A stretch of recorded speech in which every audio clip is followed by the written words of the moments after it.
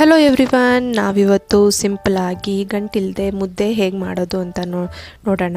ಮೊದಲಿಗೆ ಒಂದು ಪಾತ್ರೆ ಇಟ್ಕೊಂಡು ಅದರಲ್ಲಿ 1 ಚಮಚ ಆಗುವಷ್ಟು ನೀರನ್ನ ತಗೊಂಡಿದ್ದೀನಿ. ಅದು ಕುದಿಯೋಕ್ಕೆ ಬರುವಾಗ 1 ಟೀ ಸ್ಪೂನ್ ಆಗುವಷ್ಟು ರಾಗಿ ಹಿಟ್ಟನ್ನ ಆ್ಯಡ್ ಮಾಡ್ಕೊಳ್ಳಿ. ಆಮೇಲೆ ಸ್ಟವ್ನ ಸಣ್ಣ ಮಾಡಿಕೊಂಡು ಸ್ವಲ್ಪ ಉಪ್ಪು ಹಾಕ್ಕೊಂಡು ಈಗ ನಮಗೆ ಎಷ್ಟು ಮುದ್ದೆ ಬೇಕೋ ಅಷ್ಟು ರಾಗಿ ಹಿಟ್ಟನ್ನ ಹಾಕ್ಕೋಬೇಕಾಗುತ್ತೆ. ನಾನಿಲ್ಲಿ 3 ಮುದ್ದೆ ಮಾಡ್ತಾಯಿದ್ದೀನಿ, ಹಾಗಾಗಿ ನಾನು 1.5 ಕಪ್ ಆಗೋಷ್ಟು ರಾಗಿ ಹಿಟ್ಟನ್ನ ಆ್ಯಡ್ ಮಾಡಿದ್ದೀನಿ. ಅದನ್ನ ಆ್ಯಡ್ ಮಾಡ್ಕೊಂಬಿಟ್ಟು ಚೆನ್ನಾಗಿ ಅದನ್ನು ತಿರುಗಿಕೊಡ್ಬೇಕಾಗುತ್ತೆ. ಚೆನ್ನಾಗಿ ಪಾಮ್ಕೊಬೇಕು ನೀಟಾಗಿ ಎಲ್ಲ ಸೈಡೂ ನೀಟಾಗಿ ತಿರುಗಿಸ್ಕೊಂಡು ಫುಲ್ಲು ನೀಟಾಗಿ ಪಾಮ್ಕೊಬೇಕು.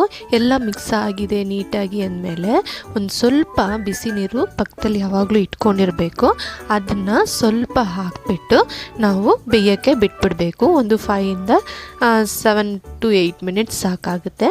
ಆಮೇಲೆ ನಾವು ಯಾವ್ದು ಕೈಯಲ್ಲಿ ಮುಟ್ಟು ನೋಡಿದ್ರೆ ನಮ್ಮ ಕೈಗೆ ಅಂಟಬಾರ್ದು, ಆಗ ಮುದ್ದೆ ರೆಡಿಯಾಗಿದೆ ಅಂತ.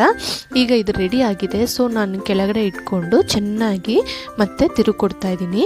ಚೆನ್ನಾಗಿ ಪಾಮ್ಕೋಬೇಕಾಗುತ್ತೆ. ನಿಮ್ಮ ಕೈಲಿ ಹಾಗೆ ಪಾಮಕ್ಕಾಗಲ್ಲಪ್ಪ, ಕೈ ನೋವು ಬರುತ್ತೆ ಅಂದರೆ ಈಗ ನೀಟಾಗಿ ಅನ್ನದ ಸೌಟಿರುತ್ತಲ್ಲ ಅದರಲ್ಲಿ ಎತ್ಕೊಂಬಿಟ್ಟು ನೀಟಾಗಿ ಅದರಲ್ಲಿ ಹೀಗೆ ಮಾಡಿದ್ರೆ ನಿಮಗೆ ಯಾವುದೇ ಥರ ಗಂಟು ಇರೋದಿಲ್ಲ. ಅದು ಸ್ಮೂತ್ ಆಗುತ್ತೆ, ಹಾಗೆ ಗಂಟಿಲ್ಲದೆ ಚೆನ್ನಾಗಿರುತ್ತೆ ಇಟ್ಟು. ಹಾಗಾಗಿ ನೀವು ಈ ಥರನೂ ಪಾಮ್ಕೊಬೋದು. ಈಗ ಅದನ್ನು ನಾನು ಚೆನ್ನಾಗಿ ಪಾಮ್ಕೊಂಡಿದ್ದೀನಿ ನೋಡಿ. ಈಗ ಅದನ್ನು ಒಂದು ಪ್ಲೇಟ್ಗೆ ತಗೊಂಡು ತ್ಯಾವ ಮಾಡಿಕೊಂಡು ಪ್ಲೇಟ್ನ, ಆಮೇಲೆ ಅದರಲ್ಲಿ ಈಗ ತಗೊಂಡಿದ್ದೀನಿ ಹಿಟ್ಟನ್ನ. ಈಗ ಅದನ್ನು ಬಾಲ್ ಮಾಡ್ಕೊಳ್ಳೋಣ. ನೀಟಾಗಿ ಹಿಂಗೆ ಬಾಲ್ ಮಾಡುವಾಗ ನಿಮಗೆ ಆ ಥರ ಯಾವುದೇ ಕ್ರ್ಯಾಕ್ಸ್ ಆಗಲಿ ಏನೂ ಕಾಣಿಸೋದಿಲ್ಲ. ನೋಡಿ ಇನ್ನೂ ಒಂದು ಮಾಡಿ ತೋರಿಸ್ತಾ ಇದ್ದೀನಿ. ನೀವಿನ್ನೂ ನಮ್ಮ ಚಾನಲ್ಗೆ ಸಬ್ಸ್ಕ್ರೈಬ್ ಮಾಡಿಲ್ಲ ಅಂದರೆ ಸಬ್ಸ್ಕ್ರೈಬ್ ಮಾಡ್ಕೊಳ್ಳಿ. ಇಂಟ್ರೆಸ್ಟಿಂಗ್ ವೀಡಿಯೋಸ್ ಬರ್ತಾ ಇರುತ್ತೆ ನೆಕ್ಸ್ಟು.